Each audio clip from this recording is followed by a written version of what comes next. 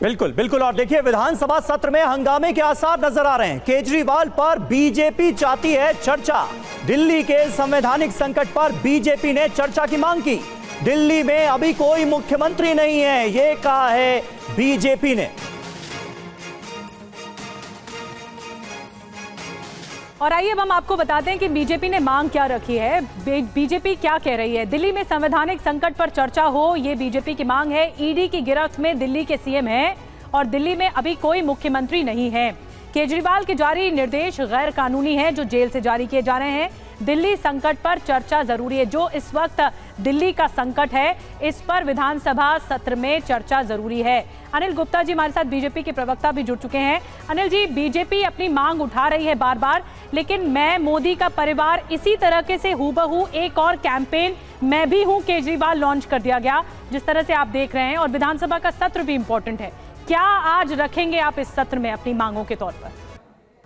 जी नमस्कार निधि जी, आपको और सभी दर्शकों को नमस्कार। देखिए, जिस तरीके से केजरीवाल सरकार ने भ्रष्टाचार, झूठ, लूट के पिछले 9 साल गुजारे हैं, मुझे लगता है उनमें नैतिकता की बिल्कुल भी रह नहीं गई है और ये अब जेल से सरकार चलाना चाहते हैं। मुझे याद है 3 नवंबर 2023 जब इन्होंने एक रेफरेंडम नाम चलाया था और कहा था कि हम जेल से सरकार चलाएंगे। उस टाइम इन्होंने भविष्यवाणी करी थी, शायद उस टाइम तो इनकी भविष्यवाणी पूरी नहीं पर अब हो गई। पर आप नैतिकता की बात करते हैं, ये किस तरीके से ईडी की कस्टडी में सरकार चला सकती है। और हमारे जो एक विधायक हैं अजय मावर जी, उन्होंने ये क्वेश्चन विधानसभा में रेज किया कि हम चर्चा करने चाहते हैं इसके ऊपर। और जिस तरीके से ये विधानसभा के अंदर तानाशाही रखते हैं, मुझे लगता है आज भी इनकी तानाशाही का रुख रहेगा। पर प्रश्न ये है कि जब 9 साल में इन्होंने कुछ नहीं किया, अब जेल में क्या करेंगे। इन्होंने 2 एजेंडे अपने कुछ ऑर्डर, सो कॉल्ड ऑर्डर, जो जिसकी सत्यता अभी डाउटफुल है कि किस तरीके से ईडी की कस्टडी में वो ऑर्डर निकाल सकते हैं। पर मैं थोड़ा सा डिटेल बताता हूँ। एक, इन्होंने ऑर्डर निकाला जल बोर्ड का।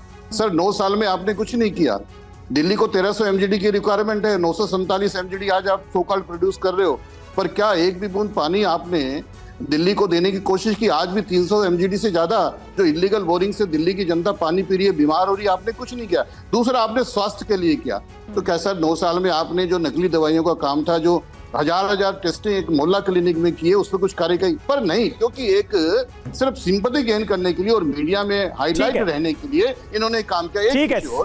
जो आज का ये इनका है आज ये अपने आप को प्रोजेक्ट करते हैं भगत सिंह। सर, भगत सिंह के तो आप पासंग भी नहीं हो, किस तरीके से करते हैं। मुझे एक चीज बता दिए, 9 साल से जो इनके मंत्री हैं, कभी मीडिया ने या पब्लिक ने, दिल्ली ने इनको दिल्ली के लिए काम करते हुए दिखाया। हाँ, ठीक है, घनेंद्र भारद्वाज जी इसका जवाब देंगे। घनेंद्र भारद्वाज जी, कुल मिलाकर बीजेपी ये कह रही है कि सहानुभूति बटोरने की ये कोशिश है। जेल के अंदर जाकर जिस तरह से दिल्ली वालों की मुझे फिक्र है, ये मैसेज देने की कोशिश की जा रही है। एक और बड़ा सवाल उठा जिसका आपको जवाब देना चाहिए कि जो नियम सत्येंद्र जैन के लिए, मनीष सिसोदिया के लिए लागू किया गया, वो अरविंद केजरीवाल के लिए क्यों नहीं? देखिए समीर, सबसे पहले तो मैं ये बता दूं आपको, अरविंद केजरीवाल दिल्ली के मुख्यमंत्री थे, हैं और रहेंगे। कहीं किसी कानून में नहीं लिखा कि आरोपों के आधार पर इस्तीफा हो।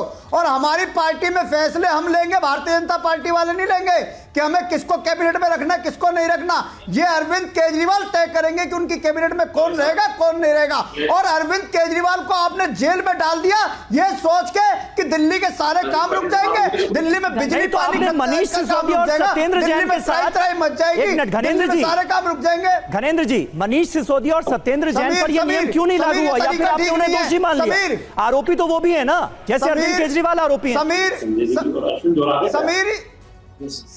समीर, ये तरीका ठीक नहीं है। बीजेपी वाले आपने 3 बिठा दिए और मेरे से आप बात करते हो, बीच में आप 10 सेकंड बाद छोड़ देते हो। बीजेपी वालों को 5 मिनट अलाउ कर रहे हो। 3 लोग बीजेपी के बिठा दिए। नहीं, 3 लोग बीजेपी के नहीं है। नहीं, बीच में बोल रहे हैं, इनको चुप कराओ ना। मैं किसी के बीच में इंटरप्ट कर रहा हूँ? ठीक है घनेंद्र जी, आप जवाब दीजिए। 3 लोग हैं बीजेपी के, राजनीतिक विश्लेषक भी बीजेपी का। नहीं, अक्कू जी बैठे हैं, वरिष्ठ पत्रकार बैठे हैं हमारे साथ। घनेंद्र जी, ऐसी बातें मत कीजिए। जी, आप अपनी बात पूरी करिए। अक्कू भी तो बीजेपी का है। बात कैसे कर रहे हो? अच्छा, नहीं, गणेंद्र जी, सीधा सा सवाल पूछा गया था। नैतिकता, अगर देखिए नैतिकता की बात हो रही है, मॉरल ग्राउंड्स पे बात हो रही है। निधि अनइंटरप्टेड सुन लीजिए। ठीक है, अब आप बोलिए। निधि जी सुन रहे हैं। निधि, ये नैतिकता का पाठ पढ़ाने वाले भारतीय जनता पार्टी के लोग 3 दिन से हम सवाल पूछ रहे हैं कि जो शरद रेड्डी जिस एक्साइज कैंप में एक एक्यूज था उससे 60 करोड़ रुपए लेके रिश्वत लेके बीजेपी ने ईडी से उसको बेल करा दी। हम पूछ रहे कि ईडी से कि बीजेपी का इससे रिश्ता क्या है शरद रेड्डी से? और जेपी नड्डा ने 2 साल पहले पैसे लिए और आज तक सीबीआई ईडी को जाके नहीं बताया कि एक जो शराब घोटाले का जो आरोपी है शरद रेड्डी उससे हमने 60 करोड़ रुपए ले लिए। क्या जेपी नड्डा को बताना नहीं चाहिए था? क्या सीबीआई और ईडी ठीक है, अब आपने सवाल के जवाब में सवाल पूछ लिया घनेंद्र जी। अब अगर आप मेरे सवाल का जवाब दे दें, 60 करोड़ रुपए ले लिए। घनेंद्र जी अब मेरे सवाल का जवाब दे दीजिए कि जो नियम मनीष सिसोदिया और सत्येंद्र जैन के लिए लागू हुआ वो अरविंद केजरीवाल के लिए क्यों नहीं? आरोपी वो भी थे, आरोपी अरविंद केजरीवाल भी हैं, या फिर उन दोनों को आपने दोषी मान लिया?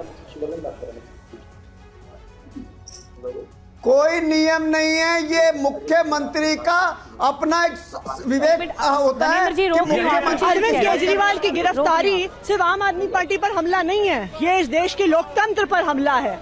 आप एक एक करके विपक्ष के सारे नेताओं को जेल में डाल दोगे, आप सबके बैंक अकाउंट फ्रीज कर दोगे, आप सबके पार्टी ऑफिस सील कर दोगे चुनाव की घोषणा के बाद। तो अगर आप विपक्ष पे इस तरह से हमला करेंगे तो विपक्ष चुनाव कैसे लड़ेगा? और अगर विपक्ष चुनाव नहीं लड़ सकता तो इस देश में लोकतंत्र कैसा बचा? आज ईडी की भी जगह जगह छापेमारी चल रही है, आम आदमी पार्टी के नेता की यहाँ पर भी छापेमारी। देखिए ये क्या विडंबना है। इलेक्शन कमीशन जो एक नॉन पार्टिजन बॉडी होती है, विपक्ष के राज्यों में होम सेक्रेटरी बदल देती है, डीजीपी बदल देती है, सारे अफसरों को बदल देती है, लेकिन ईडी, सीबीआई और इनकम टैक्स के अध्यक्ष नहीं बदल सकती जब तक चुनाव नहीं होता है। क्यों इन इंस्टीट्यूशंस के, क्यों इन एजेंसीज के अध्यक्ष नहीं बदले जाते जब ये साफ है कि इनको राजनीतिक तौर पर इस्तेमाल किया जा रहा है?